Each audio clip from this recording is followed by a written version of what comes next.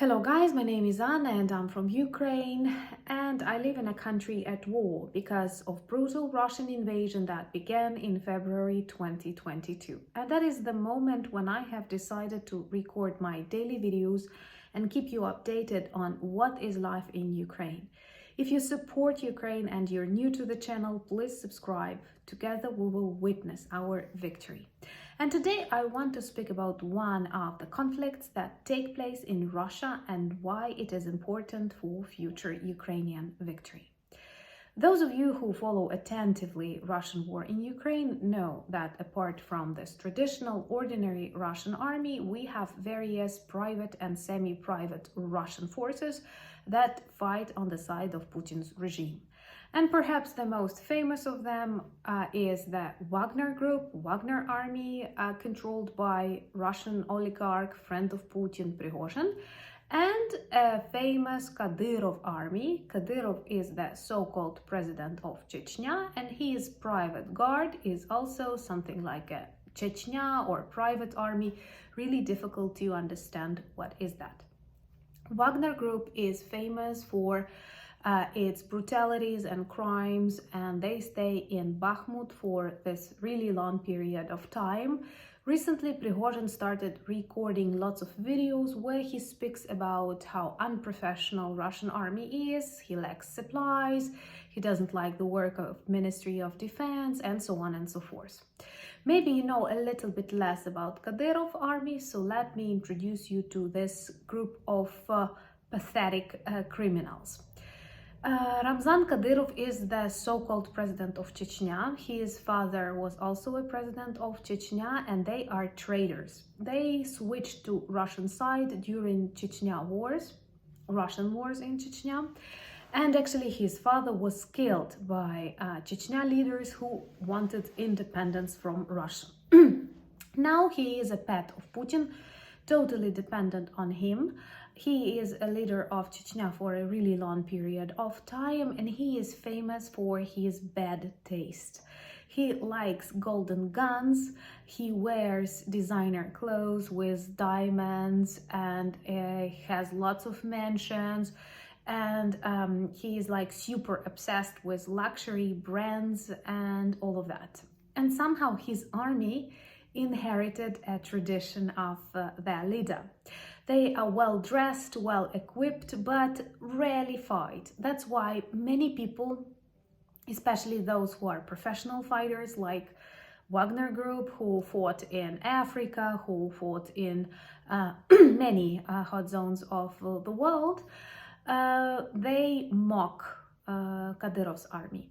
Kadyrov also filmed a couple of videos how they punish Ukrainians, and later it was revealed that these videos were filmed in Chechnya because they did not travel to Ukraine. It is quite dangerous here, you know. So to some extent, many people call this Kadyrov's army TikTok army. Why? Because they are popular on TikTok, and well, I don't know if there are many fans of TikTok. I'm not a fan of this social media. And this level of seriousness of Kadyrov's army to some extent reflects the TikTok style. But for a very long period of time inside Russia, they were creating legends of how strong Chechnya people are, and they are super fighters. And now Kadyrov's army, if they enter Ukraine, for example, we are dead, all of us dead. But of course, this is just an image because, you know, Russia claimed it's the second strongest army in the world, and turned out it's the second strongest army in Ukraine after Ukrainian armed forces. So now these two armies, Private Wagner Group and Kadyrov's army, have conflict. What happened? People who rule inside Kadyrov's army recorded a video where they say that Prigozhin is totally wrong, recording all these videos, criticizing Russia, criticizing Russian military, and that this is a betrayal and he has to be punished for that, and so on and so forth.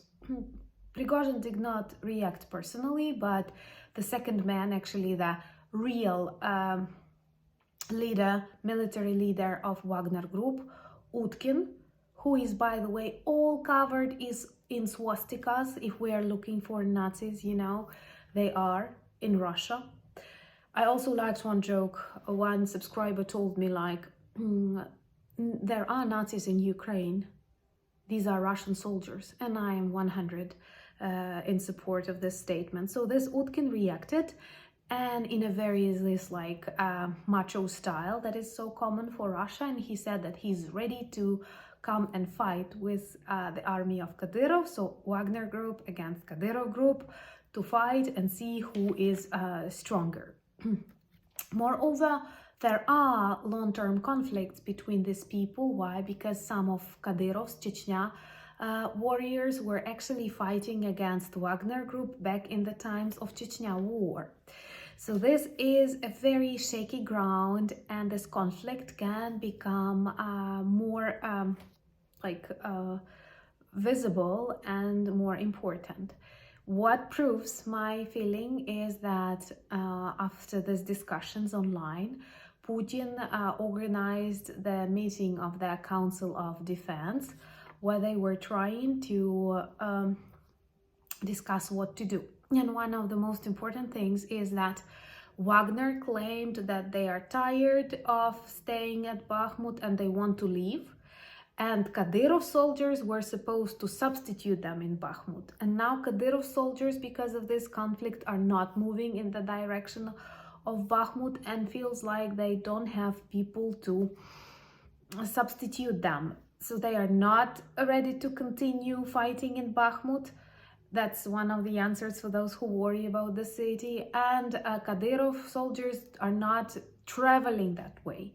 So Putin wanted to solve this conflict, and so far we don't know how all of that will continue. But it is once again a very important signal that demonstrates there is no unity between Russian armies, between Russian military, between Russian political people. Why? Because Russia is not a real country, if it's possible to say so. It is a union of criminal elite of various gangs that earn money on natural resources and other opportunities, and millions of speechless, miserable representatives of population. The country, the so-called country, is represented by various gangs, oligarch groups. Prigozhin is an oligarch, Kadyrov is an oligarch, Putin is the main oligarch on this planet, perhaps. And as this war continues, some interests get hurt. Financial interests, various possibilities, and they start like FSB, various private armies, different ministries. They all start fighting for resources, for opportunities. They also have problems, have losses, and it may lead to many more conflicts to come. And here is the task for us Ukrainians and for our allies, for diplomats, suppliers of weapons, and all active people inside Russia, if there are such, to make this conflict grow larger, grow more visible, which actually can lead to the change of the regime in Russia. I don't believe the regime can change for the democracy, because it's not natural for Russia at all. But what I believe, any turbulence, any period of serious problems inside Russian political elite, I don't want to use this word elite when I'm talking about Russia. So anyway, all of that can help us return back our territories, gain more strength, make Russia weaker. So let's observe what happens between these monsters, and maybe, as in some of these beautiful legends, monsters will eat each other. We have just to be careful not to stand where their bodies fall. Thank you so much for your support. Thank you for sharing the videos. If you share my opinions, if you're new to the channel, please subscribe. Thank you for buying me coffees, becoming my patrons, and helping me develop the channel and film more videos. Tomorrow we will have a new story about Ukrainian armed forces on our Discover Ukraine series. Thank you so much for your support. Thank you for being with Ukraine. Slava Ukraini!